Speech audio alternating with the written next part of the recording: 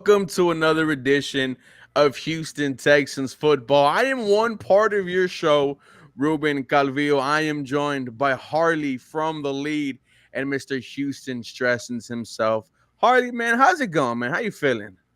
I'm doing great, man. We're 6-2. We Okay, swept the Colts. We got a okay. game tomorrow. Oh, I was like, hey, man, I got to do a video already. My goodness, I got to talk about the game. I'm excited, man. Can't wait. Halloween's tomorrow. ooh. Shout out to everyone that celebrates Halloween, including myself. You Sheesh. know, Halloween parties. What you gonna be Woo! dressed as? Nothing, man. I'm just I come dressed as myself. Big sexy. The YouTuber. Stressens, how you feeling, man? I'm good. I'm blessed, man. I mean, I know a lot of us fans are obviously we're happy and fortunate. We're 6-2, and I know there's some of us, or we all agree there's some issues. Obviously, pass protection, O line specifically, but I mean, things could be a lot worse. We could be 3 and whatever, or 2 or 3, 4 wins. So I mean, basically wrapped up the division. Basically have a 3-game lead now that we beat the Colts, got the tiebreaker, swept them. So big blessing, man. Big blessing. And then here he comes, our guy AD from the H Town Rundown. AD, I have to say, you have become must watch on Tuesday nights with your film breakdowns, Hey, man. You're getting it's I was tuned in the entire time and I said, hey, dude, great job. You're doing fantastic. appreciate it, man. Thank you, thank you. Well, boys, 6-2. The Houston Texans coming off of a home win against Indianapolis Colts 23-20. Shout out to Dr. Barrett. He says, y'all ain't swarming. No, man, we swarmed. You don't want to Well, know Barrett. how hard we swarmed there. Pause. Pause. My fault. That's crazy. Um, but I mean, first off, and Stressens, I'll start with you. Houston Texans, they win 23-20. We saw a change in the offensive line in the second quarter. First round pick Kenyon Green was replaced after a rough first quarter. In comes in Jared Patterson. Houston Texans immediately put up 7. Your thoughts on the change, man, and then your thoughts on Kenyon Green so far. Yeah, I mean, y'all know me. I'm like the optimistic guy, give guys a chance, and I was all about that for Kenyon. But I mean, it's week 7, 8 in the season, and he's been by far the worst lineman on a unit as a whole that hasn't been great. So I was very excited.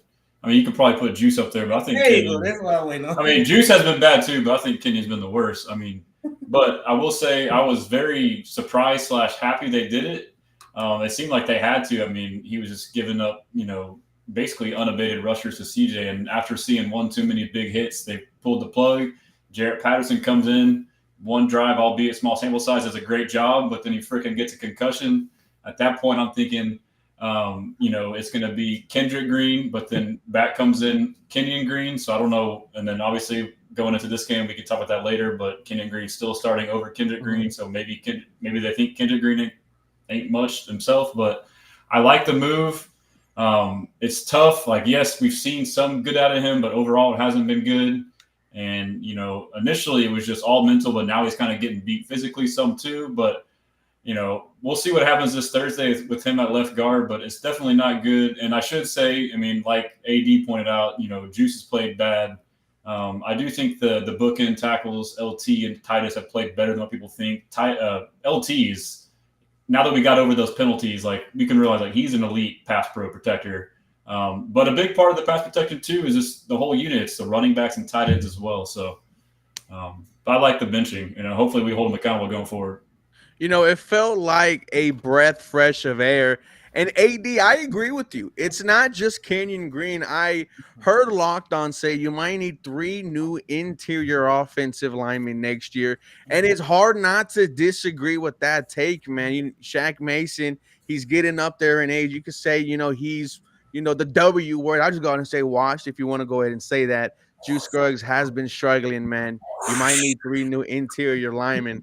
But AD, Kenyon Green gets benched. He comes back in. You had some breaking news on your channel the other day. Go ahead and tell the world, man. Yeah, shout out to Big Sarge at Big Sarge Sports. He broke the news last night that Kenyon Green was benched on Monday for Kendrick Green. but things change, and they must have had a change of heart or had some different communications. But Kenyon Green is back starting. Um, That was a lot of back and forth, but yes, Kendrick Green was slated to start on Monday, and then on Tuesday, changed, and Kenyon Green became the starter once again. Did And what? Sarge say anything as to why that happened? Yeah, I was just about to ask that. Like, Sorry. what No, changed? no reason why. It could be a lot of things. Could be the short week. Could be different things, but it's something internal that they didn't share. Hmm. So hey, it That's could be. odd, man. I mean, to do that and then go back on it, it's like you almost are better off just sticking with the I'm gonna decision say you this: made. we got a head coach, don't we? Trust D'Amico is what you're saying. The head coach, I think he has the final say, right? basically. Maybe, yeah. Now, Harley, Second I guessing. Now he got up on the podium Tuesday and said we won 6 games with Kenyon Green. mm, That was his way of saying, hey, Kenyon is our starter. Um, this is just my perspective and my perspective only. This is not from any source or anything. D'Amico Ryans made that decision. mm. D'Amico Ryans made the decision of Kenyon Green Mhm. starting again. Harley, your thoughts on that? I mean, I could understand it. You got a short week at New York. Kenyon Green, he's been here all year. Maybe it is some bad plays, like D'Amico Ryan's, says, right? Everyone has bad plays, but your thoughts on what AD just said. I mean, did Kendrick Green piss in someone's Wheaties? I mean, I thought I'm not saying Kendrick Green is better, but if you were looking at alternatives, I thought somebody that we saw at open training camp continuously fill in at the left guard position, even battle at left guard with Kenyon Green, Mm-hmm. and he's just nowhere to be found except fullback. That's just crazy to me, and I could see why when you saw a few tweets of people saying that he looked vividly upset on the sidelines. Yeah, I'd be upset too. Damn, I mean, come on now. I'm over here working my ass off and trying to do the best I can to try to find my opportunity, and I finally feel like I got my opportunity. And you give it to Jared Patterson, and okay, things happen, got the concussion. All right, now I'm looking like I'm gonna get in there, and nope, Kenyon Green, you're right back in there. Damn. So then I go this week and think, well, you know what? I got myself a chance. And D'Amico goes, yeah, you know what? Maybe you're gonna get the start. He goes, man, I'm excited. And then you know what? D'Amico said, oh hell no, man. I saw you a fullback. You could barely do that. It's just a very odd situation.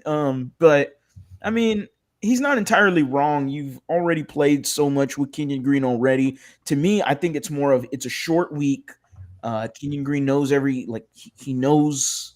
It's kind of tough because he hasn't played the greatest. Okay, Juice Scruggs hasn't played the greatest, and I think it's a combination of both guys. This is just an entire offensive line that just it's unfortunate that we have to continue to talk about the offensive line through 7 weeks and 8 weeks into the season. And it kind of feels like, and I'm trying not to be pessimistic, but it kind of feels like this is going to be the story all year for the Texans. This is offensive line, because until they get it fixed, then the offense can really see its full potential. And the offensive line, it's not doing its thing right now. I'm growing worried about the O line. I tried to be like, oh well, they've only played 7 games altogether as a fully healthy O line. I'm starting to run out of that excuse. Yeah, no, and I think at this point, Harley, you are what you are.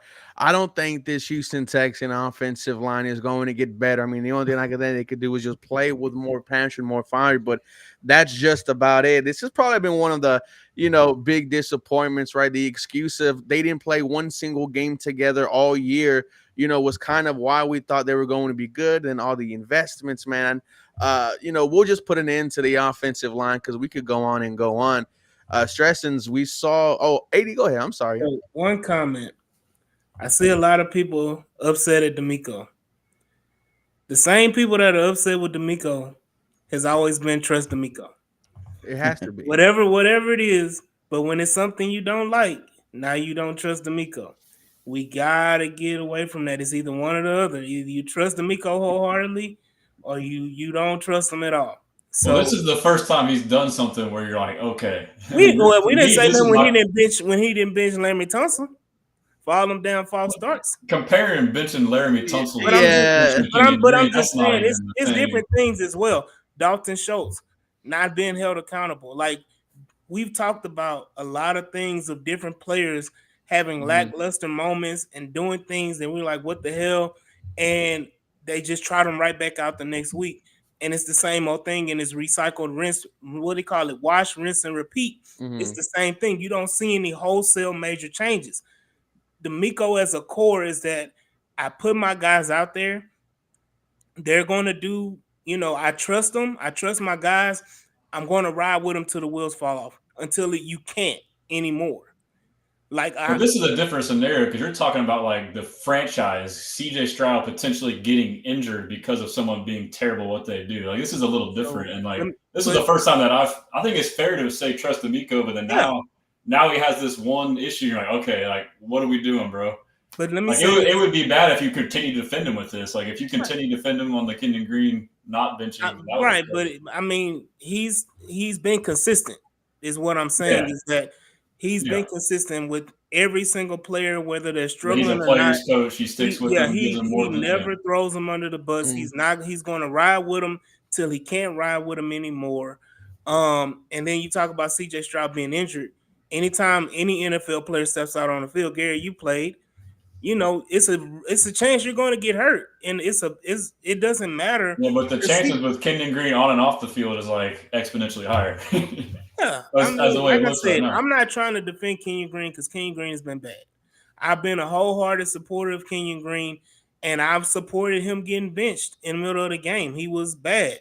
He had bad moments. So I'm not trying to defend Kenyon Green. I'm just saying that D'Amico is the player's coach, and he's going to ride for his players. Well, that's fair, but we haven't seen an example like this. Like most of the ones you can say, okay, that makes sense. Even you may disagree. Like this one is like, I don't care if that's your philosophy or not. Like this one is just too obvious, bro. Like that would be my rebuttal to that. But I agree with what you're saying. Like he's been consistent, and I guess we're learning that too. But like he's almost being too consistent on this stance, like to a fault now. And like now it's like, all right, bro. Like this is yeah.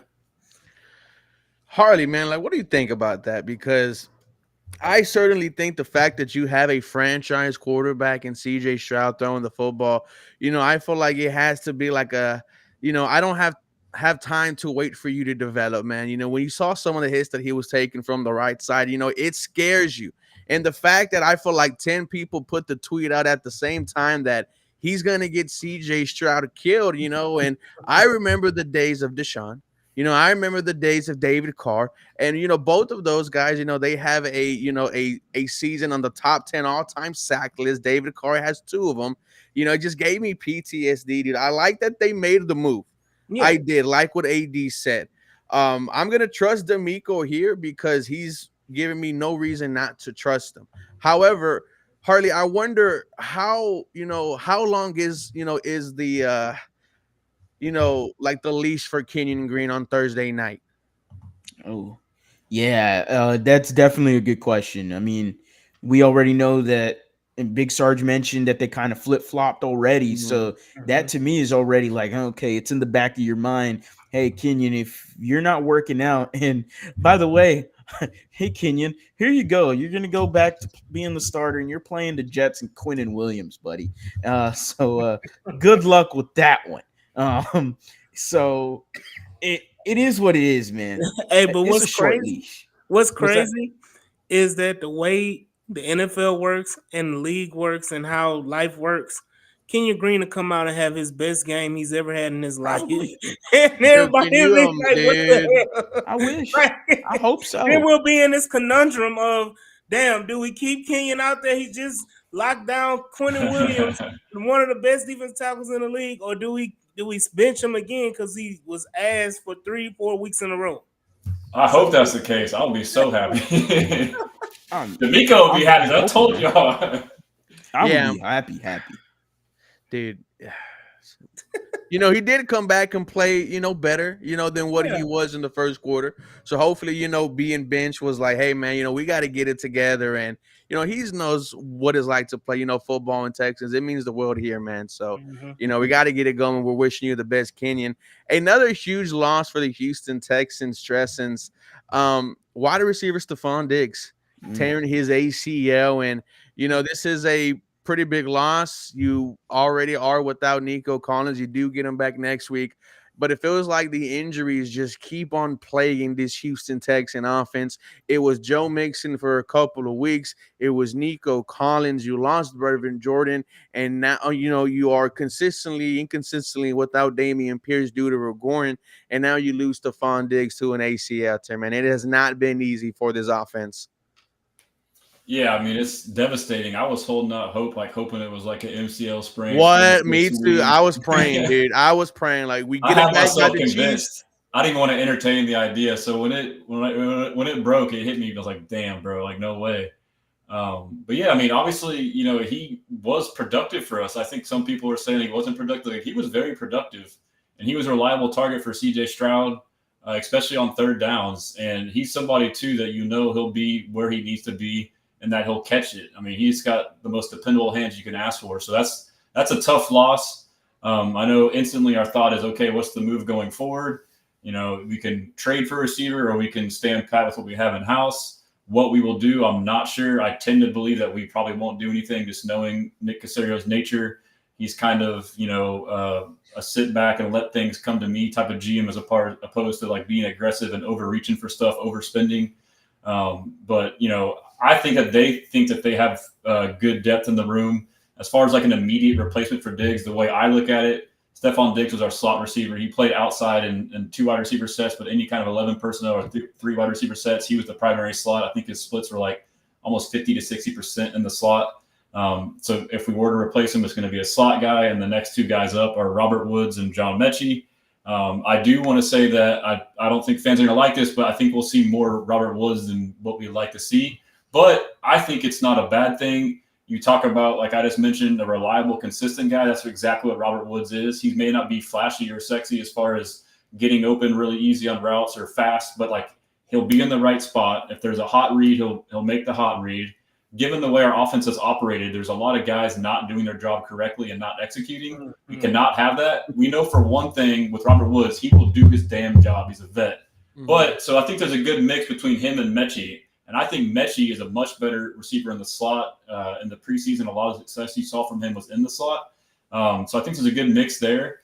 And, we all saw the flashes in the preseason, but then people are down on him in these limited reps in the regular season. But he hasn't really got any opportunity. So, like, now you're writing him off all of a sudden because he's played in 2 or 3 games, 10 snaps a game, and hasn't been the primary target. So I think we should stand pat and we'll be fine. But if not, there's trade options out there for sure. I'll let you guys go into that so I don't take all the discourse. But it's a big loss, but I think we'll be fine regardless. AD, your thoughts on the loss of Mr. Stephon Diggs? A mentor just everywhere, man. Was working out with the wide receivers in training camp who didn't even make the 53-man roster. Me and Harley, we were at the training camp in the rain where it was just horrible. He's running up and down the sideline, yelling at the offense. We need to pick this shit up. And, the whole crowd applauded because that's what you want to see when you trade for a veteran like Stephon Diggs, man. Your thoughts, and do the Houston Texans need to go out there and get a wide receiver? I think they explore the idea just to see what's out there. I mean, you still got guys like Hunter Renfrow that's a free agent that you can look at. Do you make a trade? Do you want to spend capital for Jacoby Myers or, what's the other guy that they've been floating around? Mike Williams. Mike Williams, of all people. They're even running out Tyreek Hill like as a possibility. Like, that's not happening. But I think Imagine. I wish. in a perfect world, yeah. Cooper We don't Kupp, got any damn money either, too. We have like No. $5 million in cap space. Yeah, no. Cooper Monopoly Kupp was money another it one.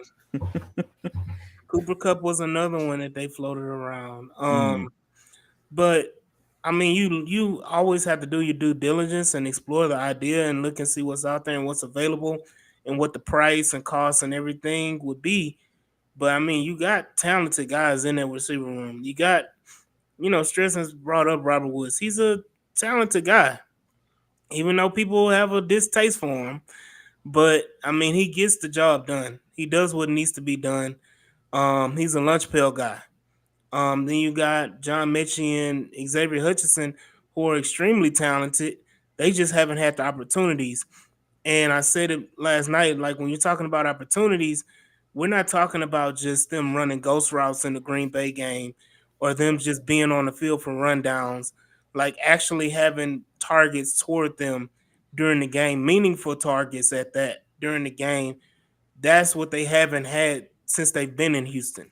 Neither one of them. So this is an opportunity for sure with no Nico, no Diggs, that they can absolutely shine. I do reign the sentiment of our boy Barrett that this may be an addition by subtraction. That Stephon Diggs kind of limited the offense in a sense. So my hot take is that the offense may seem a little bit more explosive. You may see a little bit more wide receivers outside of the numbers and less bunch formations. Stephon Diggs may have been a cause of the bunch formations. We all like to think the offensive line, but Stephon Diggs may have been a cause of it too. So you know, I'm anxiously waiting to see what Tank Dell does in this prime role as being the number one receiver. I want to add one thing about Robert Woods too is he's a great run blocker. I mean, that's something we didn't like. We hate it, but like in this offense, Slowick demands receivers to block. That's one asset he has too. And Diggs was pretty good for us in that role too. Mm-hmm. And Harley, I'm on this. I'm on the fence here because on one side, I would love to see John Mechie eat. Xavier Hutchinson eat. However, I see what the other top teams are doing. The Chiefs got DeAndre. The Jets got Devontae.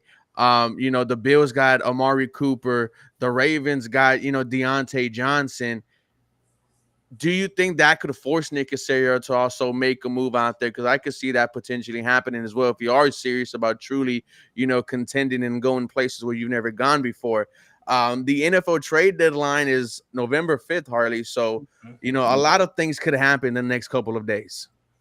Yeah, November 5th next Tuesday, by the way. So kind of cool that we have a game tomorrow, and then we could further evaluate whether or not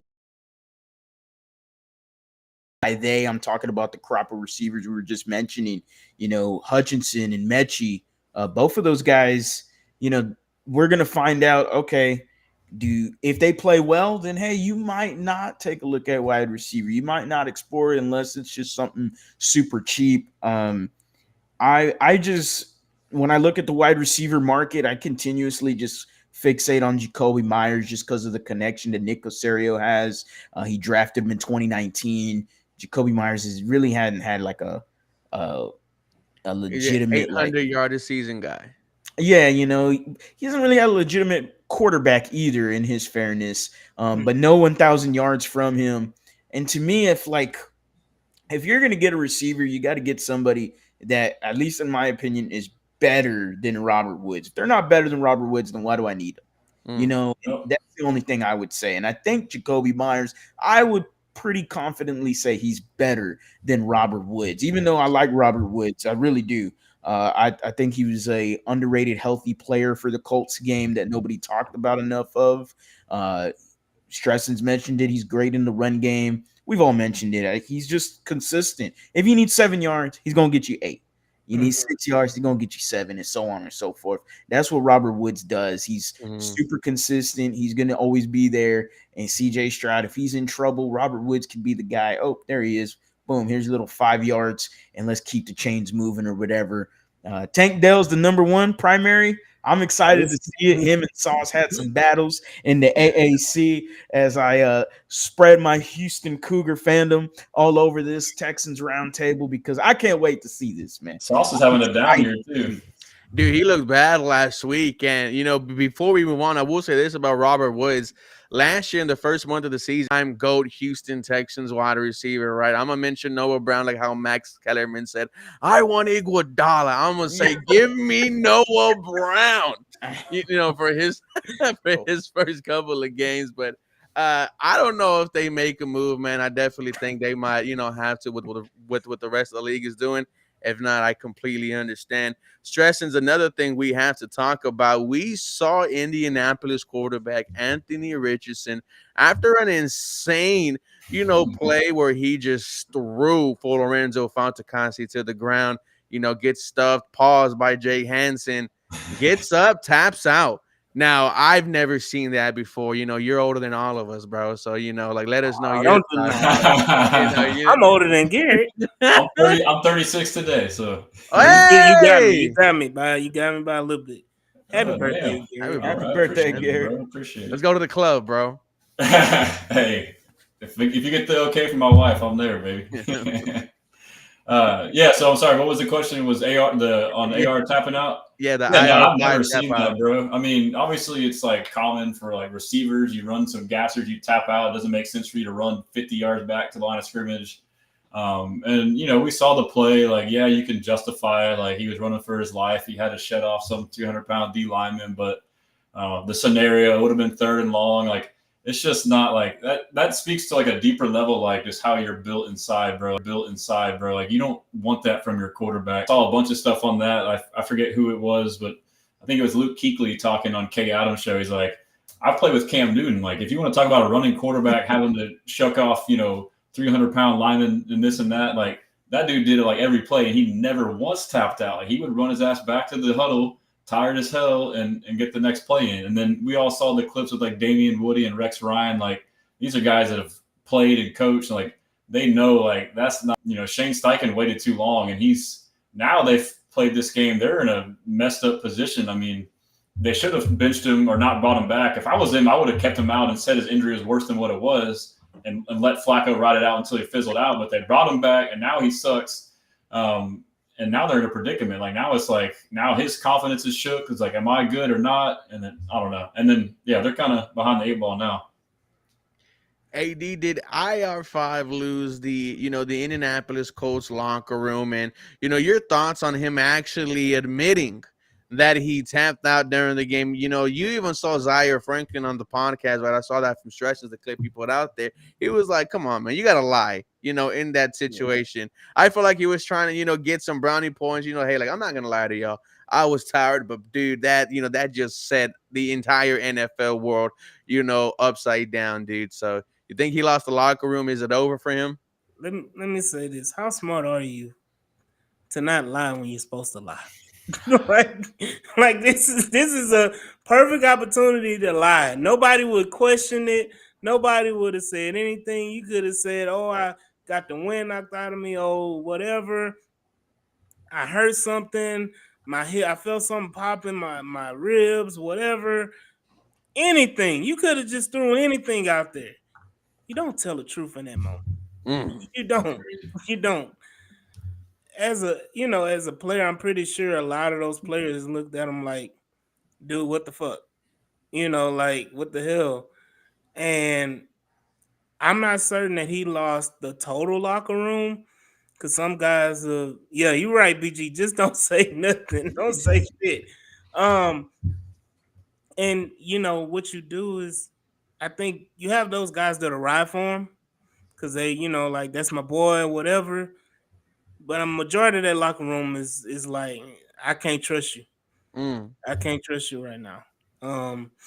So he got a lot to prove, and if when you see your quarterback tap out and go to the sideline for one play, what are your thoughts on that? Oh man, I had some thoughts. It was just, I thought it was one of the craziest things. I thought he was hurt, first of all. I really did. I was like, oh, he got hurt, because I saw him go like that. So I thought he just got hurt, because we're kind of used to it when it comes to Anthony Richardson. Injuries are common with him.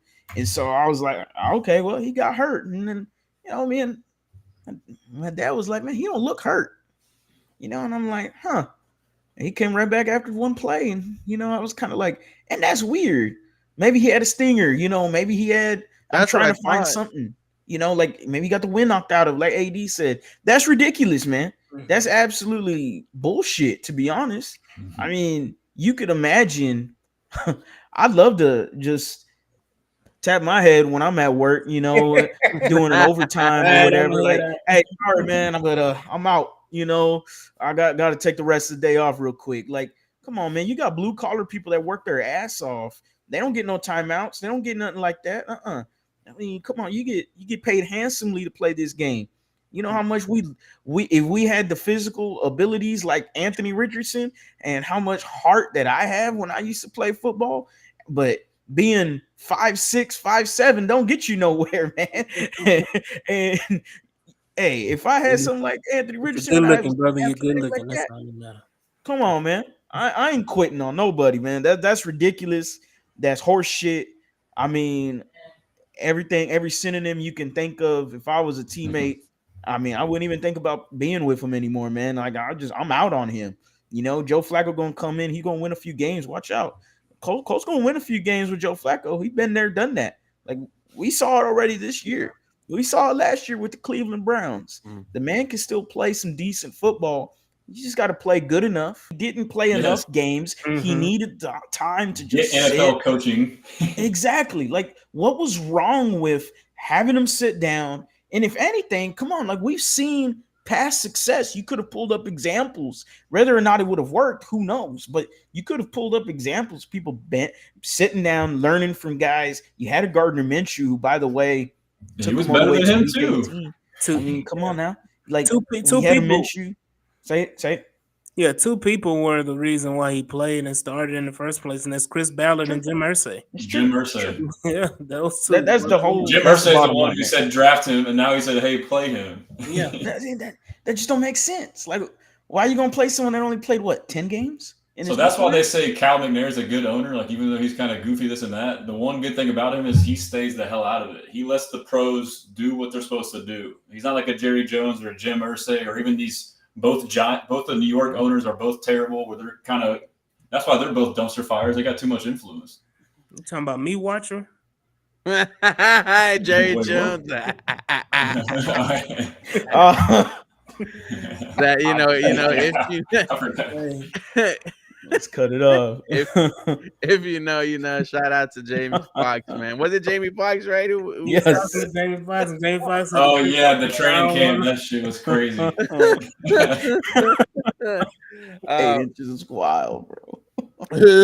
Let's move on to tomorrow. Stressing the Houston Texans are already on their way to New York. They're headed to the Big Apple to face Aaron Rodgers and the New York Jets, who are, I believe, losers of their last 4 or 5. They traded for 6? 6 in a row.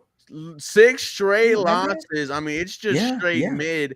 When you look at his roster, you see the names of Devontae, Rodgers, Garrett Wilson, but it's just not working that, at all in the Big Apple. Your thoughts on tomorrow, man? Your confidence level? It's not high. It's on the road, loud environment. I thought last week we would remedy that being at home against a lesser front seven, and we were the worst we've been all year. So now we're going back into an environment with the elite defense, which the Jets defense is not as good as what it has been. And I have read up on it too. Ever since I can't pronounce the new head coach's name, Ulbrich, I believe. Ever since he's taken over, their defense has been worse, but they've blitzed more, which is not good for us on the offensive line communication-wise. So that part worries me. And then you couple with the fact that Stephon Diggs is out now. Obviously, Nico's out, so we're going in with limited weapons. I'm concerned about it. I think it's a slugfest. The Jets, to me, are still underrated. 2-6 does not really indicate how good they are. They've lost a lot of close games. In my opinion, they could have very easily beat the Vikings. Mike Williams dropped a pass that was an interception on the game-winning drive. And then again, the next week, Mike Williams ran the wrong route and then adjusted to the ball wrong, also causing an interception on the game-winning drive. So that's 2 back-to-back potential wins against good teams. And then the Patriots one, obviously, is a terrible loss, but it was pretty much lost by special teams. They missed a field goal, extra point, gave up a punt return essentially for a touchdown. So that's 11 points right there in a 3-point game. But the one big thing about the Jets, and I'm kind of like learning this overall, like watching all the NFL games, is there is value for a culture and a team. Like they have no culture, no team, no leader. So they really don't have, like, Aaron Rodgers is basically the head coach. Ulbrich, I mean, he's not doing anything. So on the flip side, we have a really good culture, and I think it's won us a lot of games. And so I think we're like 4-1 in one score games, and they're like 1-4. It's basically like the polar opposite. So we do have that going, but the way I see us winning is a close, tight game, conservative on offense, try and mix it up with more run-heavy blocking schemes, protect CJ at all costs, and lean on your defense. We have a massive advantage up front with our edge rushers and their tackles. Feeling AD for tomorrow. I'm confident. Feeling AD for tomorrow. I'm confident. As long as I got 7 That's it. behind center. We get another center, but as long as I got 7 in the game, I'm confident. We talked about their offensive line struggles. I mean, our defensive line should just feast. Aaron Rodgers should get sacked at least 5 or 6 times. Vera Tucker is out. Their starting guard. Yep. Their tackles have been turnstiles all season. They're going to try their best to get the ball out of Rodgers' hands quick, but he's not mobile anymore. Nope. He's a statue back there. That's where I think our advantage is that our defense will probably limit them to under 10 points. And then secondly, their defense stat wise has to me fool's gold because they got a lot of their stats against bad offenses. We talk about Will McDonald, who's right above Will Anderson in sacks with 8. 5 of them came against the freaking Tennessee Titans and New England Patriots. So how much good point of a dominant factor is Will McDonald? And then Hassan Reddick is just getting back. He's nowhere near in playing shape. He's not. I don't think he's going to be a factor because I really don't think they're only going to play him, but on those 3rd and long downs and specialty packages and everything like that. Of course, Quinnen Williams is Quinnen Williams, but some people in New York and New Jersey are saying that he's having a down year compared to his previous years. Could it be Ulbrich and the system and they just, are ass? But I want to see Tank Dell abuse Sauce Gardner. How about down here? I want to see all of these things. I think we have an advantage. Like you said, CJ Mosley is out. Dalton Our matchup, man. How we feeling? I'm feeling good, man. I'm feeling really good, actually. You're like, yeah, I know the Jets are going to be playing hungry. They're 2-6, being 2-7. Ooh, you got to basically win out in order to make the playoffs. It's going to be tough to not make the playoffs in the AFC without 10 wins. So that's going to be tough for the Jets. So expect them to be playing, with their heads on fire. Aaron Rodgers and them should be a good game for the Texans. I think it's going to be a bit closer than we'd like, but I do think that the Houston Texans perform well. They show some signs of improvement, and I'm ecstatic about not only Tank, but I'm ecstatic about Will Anderson because that offensive line, like AD said, is about like Swiss cheese at best. And when you got a guy like Will Anderson who has 7.5 sacks, and I continue to eye the sack leaders and the defensive player of the year conversations because, damn, man, I want Will to get that DPOY, man. I really do. I'm starting to talk more about it because, man, for selfish purposes, I want him to get that DPOY in his 2nd year as a Houston Texan and put himself into. I got that future. William Anderson Jr. Of course, I would love. I bet 50 to win like 1,500 is what my bet is on that. Here we go. I mean, he's at 7.5 sacks right now. Dexter Lawrence is the leader, I believe, with 9 because Dexter Lawrence is just a monster right now. And then Will McDonald, as AD said, the guy got sacks against chumps. Like, come on now. I think I could have gone out there and got a sack against the Patriots. Come on, man. We'll got 3 of them bitches against the Patriots. Yeah, I'm just saying. So Will Anderson, Daniel Hunter. One of the best duo edge rushers in the NFL right now. So, I'm excited to see what this defense is going to do. I don't think the Jets are playing good football, obviously, being 2-6. There's a lot of really hate New York. I can't stand the Jets. I can't stand the Giants, the Yankees, anything up north past Cleveland, Texas. Have the Yankees lost yet, by the way? Say it again. Well, I don't know if y'all saw that, but the Yankees were up 5-0 earlier, and they blew it. Oh And yeah, I now know they the won Dodgers 3-1. have tied it, but then Right. Giancarlo hit a sac fly to get the lead. Um, But yeah, man, no, I'm pretty ecstatic to see this game.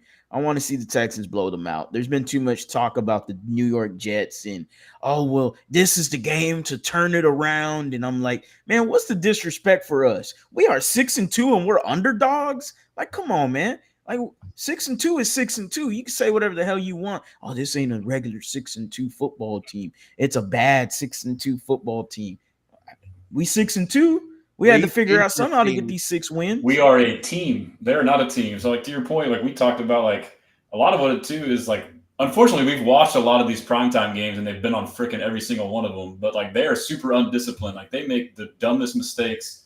They actually are 30th in the league in penalties with 63, and we're 28th with 61. I feel like that's mostly from our first 4 games. I feel like we've Yeah. trended in the right Yeah. direction. Mhm. So, but like they have no leader. So like they don't have anyone hold them accountable. So they're very undisciplined. Stressors, before we leave, one key to the game for you and your score prediction for tomorrow. I mean, obviously the biggest key is protecting CJ, but I think a way for us to score points and win on offense is to have a handful of CJ Stroud out of structure plays, go for big plays. The play where he's getting flush out of the pocket and force these defensive backs to cover our receivers tank, for 4 or 5 seconds and hit them on a deep, a scramble drill play. I feel like it's just a couple of those could really change the game for us. And score prediction, I'll go with. It's an ugly ass game, 17-13. Ooh, That's the defense, man. Defensive line. We got Henry Toa back, guys. How about hey, that? yeah, he be dancing on TikTok a lot, man. Man. Man, no Hopefully he comment. dancing on the field after he sacked Aaron Highly. Rodgers. But Kamari's back. And Kalen, Amari's a dog. yeah. Fucking love Kamara, dude. Kalen is crazy. back as well. So like I feel very confident. Devin White, we got another week with Devin White in the Yep. system. So Hey, your thoughts on Devin White, AD? Because Me- you had the film. yeah, D'Amico Ryans is the greatest linebacker coach of all time. Similar to the Patriots, man. Mhm. They just know how to It was use. like the first time he dropped back, Devin White was right there, up in his grill. I was like, holy fuck, this dude's fast. Yeah. Yeah. Well, he found his strength and he put him in his position of strength. Like, hey, you're good at this, then do this. Mm. You trying to make a pause on that? No. Oh. I was like, is that real or no? Nah, I don't think so. But score prediction. Oh, sorry. Someone said R.I.P. Joe. Oh, okay. Yeah. Score prediction. Sticking with the 30s, man. 31-9. Oh, Ooh. 31-9. I mean, your first dominant win of the season. It's on prime time. It's on Halloween. That's gonna have me feeling real Scary nice, hours. real freaky. Later on in the night. We're going to the club. We're hitting up Whiskey River Boys. Y'all see me out there. We're gonna have a great time. Harley, keys to the game. Score prediction. I love getting to AR, Aaron Rodgers. I love that. That's obviously a big one. Run the football. They're just not a good run defensive team, the Jets. Run the football with Joe Mixon, man. Do your thing with Joe Mixon. He's been the Houston Texans. Hold them to some field goals. Lots of field goals for the Jets. That's what I'm expecting. A lot of bend, don't break kind of defense to get Aaron Rodgers into some trouble. And again, come out with an 8-point lead and a really good, really solid game from them on Thursday Night Football. Yeah, I'm thinking more along the lines of like 17-10. I think it might be very close. But I think the Houston Texans defense is going to stand out, man. I think old man Aaron Rodgers is going to be on his back a lot. Pause. Well, ladies and gentlemen, we want to thank you all for being a part of this episode. I was joined by Mr. Stressens. Let them know where they can find you and all your latest work. Yeah, so at Texans Commenter on basically all social media. It's Houston Stressens on Instagram. I got my website, houstonstressens.com. I've been writing articles. I'm still like really trying to make it like a fan-centric thing where you can create a profile and interact on there. And I'm going to drop the content creator page soon where y'all can see, who to follow and all their stuff. But I'll have a show here afterwards. If y'all want to tune in, feel free to do so. But if not, be blessing. AD, let them know. Shout out to Mark Zuckerberg, also known as Houston Stressings. Happy like, brother. birthday again, brother. I appreciate it, man. Appreciate it. Yeah, you can find me at the H-Town Rundown. I'm basically on all platforms except TikTok. We're almost there on TikTok, but and also follow us on the htownrundown.org website. Yeah, that's where you find me on Twitter, Instagram, YouTube, Facebook, all of the above. Harley, let him know, brother. Y'all know, man. Y'all can find me at TheLead_HOU everywhere on social media, including YouTube. We're on the road to 10,000 subscribers, under 150 away from 10K. So again, super appreciative of every single one of y'all that has liked, commented, subscribed. If you're watching right now, what are you doing? Go down and hit that like button, man. Go and hit that like button, whatever platform you're on, or go on all platforms and hit that damn like button, man. Do y'all's thing, man. What we laughing at now? We want you to go down. You should go down and smash. Come on, Easy man. for more, man. I think we're bringing you some of the best out there. All these guys drop their best